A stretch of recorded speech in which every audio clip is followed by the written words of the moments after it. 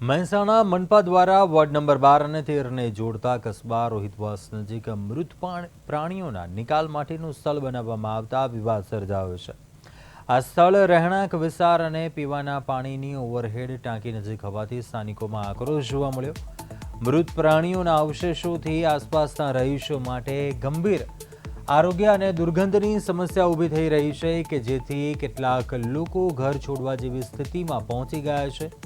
આ મુદ્દે સ્થાનિક નાગરિકોએ આજે મહેસાણા મનપામાં આવેદન આપીને સ્થળ તાત્કાલિક બદલવાની માંગણી કરી છે।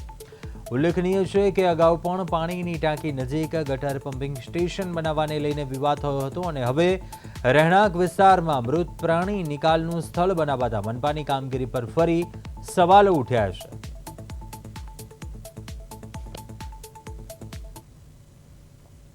હમણાં નવનિર્મિત પાણીનું નવું ટાંકું બનાવ્યું છે। એની બાજુમાં જ મૃત પ્રાણીઓના નિકાલ માટેની મહેસાણા મહાનગરપાલિકા દ્વારા શું કહેવાય આયોજન કરેલું છે અને બાજુ તેના 50 મીટરની અંદર રેસિડેન્શિયલ એરિયા છે। પાણીના સ્ત્રોતથી જીપીએસપી એક્ટ પ્રમાણે પાણીના સ્ત્રોતથી 100 થી 200 મીટરના અંદર આ વસ્તુ ના હોવી જોઈએ। તેનાથી રોગચાળો ફેલાય છે, દૂષિત પાણી આવવાની સંભાવના છે અને સમગ્ર સોસાયટી અને સમગ્ર વિસ્તારના લોકોનું આરોગ્ય જોખમાય એવી સ્થિતિ સર્જાય અને ત્યાં મ્યુનિસિપાલિટી કોર્પોરેશન દ્વારા પાણીની ટાંકી બનાવવાનું કામ હાથમાં ધરેલું હતું। અત્યારે હાલ પાણીની ટાંકીનું કામ સંપૂર્ણપણે પૂર્ણ થઈ ગયું છે અને એમના લોકોને એવું કહેવામાં આવેલું હતું કે હવેથી આ પાણી તમારા લોકોને પીવા માટે ઉપયોગમાં લેવામાં આવશે।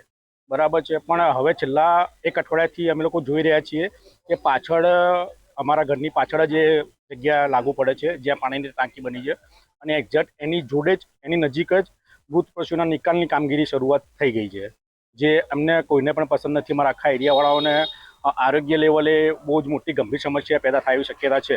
એ જ પાણી મારા બધાના ઘરોના અંદર પણ આવવાનું છે, જેના કારણે મારા બાળકો, અમારી આગળની પેઢીને પણ નુકસાન થવાની શક્યતા